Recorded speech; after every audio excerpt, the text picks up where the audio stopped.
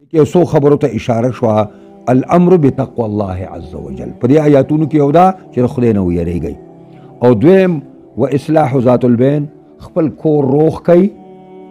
او اختلافات مه کوئ او موږ وایو چې به اختلافات نه کوي نو بیا خو ماته خلک دغه نه کوي غټ ملا به ماته خلک وایي چې دا نور کافر کمه په نور باندې فتوی وکړمه نو ماته به هله خلک غټ ملا وایي تا ته غټ ملا ووایي د وړوکې نو څه سیده درکړه غټ ملا شو څه چلو شو الایمان یزید بالطاعه ایمان زیاتیږي په طاعاتو سره وینقص بالعصیان او کمیږي په ګناه سره او دریم من المؤمنین من هو کامل الایمان مؤمنانو کې بعض کامل ایمان والا دي ومنهم من هو ناقص او بعض ډبډیان غوندي دي اسې په خله مؤمنان دي او نمبر 4 من صفات اهل الایمان الکامل د مؤمنانو کامل صفتونه